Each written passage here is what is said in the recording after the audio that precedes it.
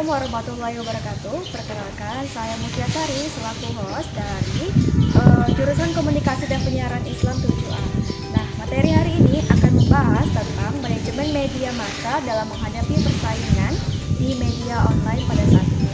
Untuk itu, narasumber yang akan menyampaikan materi ini yaitu Diti Rufina. Kepada Diti, saya silakan. Nah, pembahasan pertama yang ingin saya tanyakan yaitu menurut Mbak Diti sendiri nih, apa aja sih tantangan bagi media massa pada saat ini? Baik, terima kasih pada Mbak Butia. Langsung saja kita menjawab tantangan bagi industri media konvensional atau media cetak adalah media massa atau media online.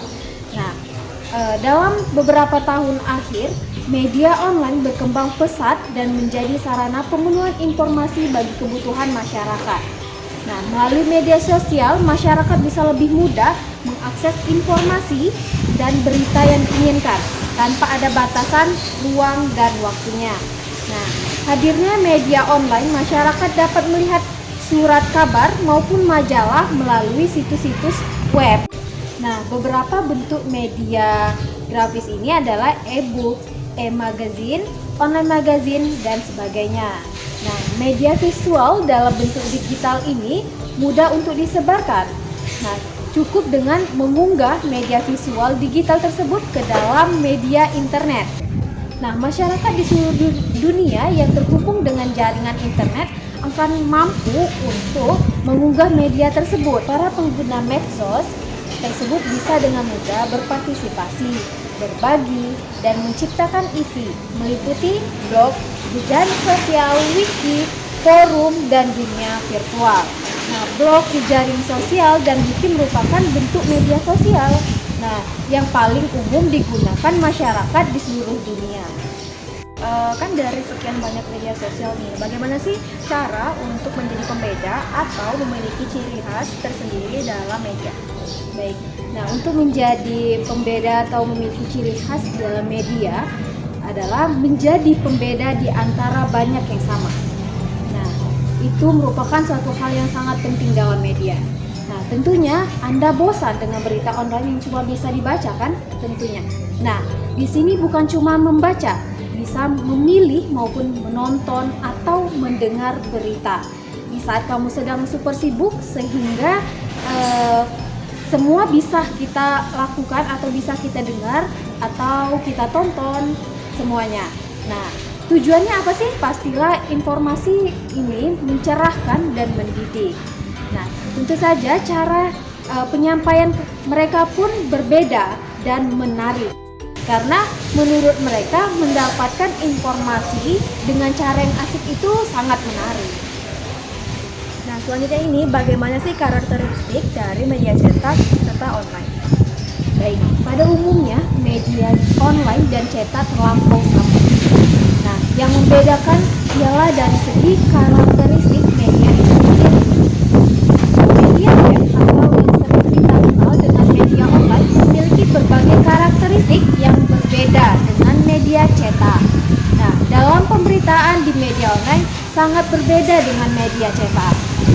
Hal ini terlihat dari feedback yang dapat diberikan langsung oleh pembaca setelah membaca berita atau artikel tersebut. Nah, dalam media cetak, feedback dapat dilihat melalui rubrik surat pembaca yang membutuhkan waktu lebih panjang dibandingkan dengan media online.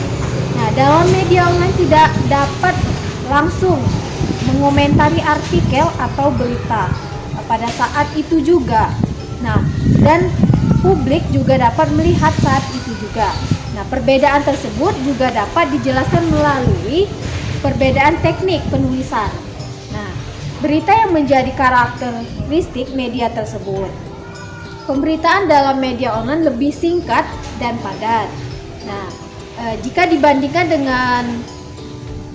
dengan bahasa koran, jumlah kata dalam paragraf lebih singkat dibandingkan dengan media cetak. Nah, selain itu, media online juga lebih dinamis. Artinya setiap saat berita bisa diupdate kapan saja dan bisa berubah. Pemberitaan dalam media online juga dapat diakses kapan saja dan lebih mudah. sekalipun berita tersebut sudah terjangkau lama ya. Jadi beda dengan berita media cetak.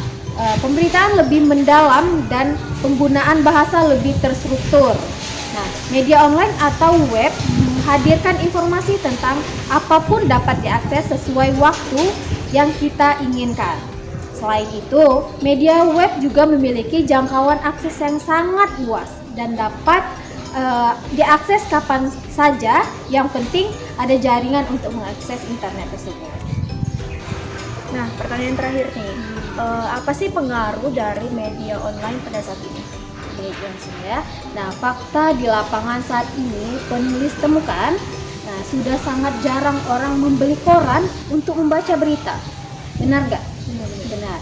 Nah, yang membelinya hanya kalangan tua saja, sedangkan kalangan muda kemana? Ya, lebih memilih media sosial karena fasilitas internet pada handphone cerdas membuat masyarakat lebih mudah mengakses informasi. Berita dari media sosial bisa memberikan informasi yang sangat cepat melalui teks, foto, dan video. Nah, membuat khalayak lebih memilih media dibandingkan dengan media konvensional atau media cetak dalam mengakses informasinya.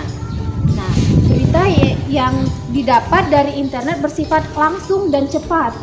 Nah, membuat khalayak lebih memilih media daripada koran dalam mengakses informasi. Nah, kini masyarakat cenderung beralih pada berita berbasis web. Karena surat kabar online lebih murah, bahkan gratis, serta menyajikan informasi yang lebih real time ya. Sedangkan koran, informasi yang dapat dari koran baru bisa kita baca minimal sehari setelah peristiwa berlangsung. Nah, pada media cetak, kehadiran teknologi digital berhasil mengubah sistem mesin cetak tersebut menjadi media grafis atau digital. Nah, dengan adanya media internet, masyarakat dapat melihat surat kabar maupun majalah melalui situs web.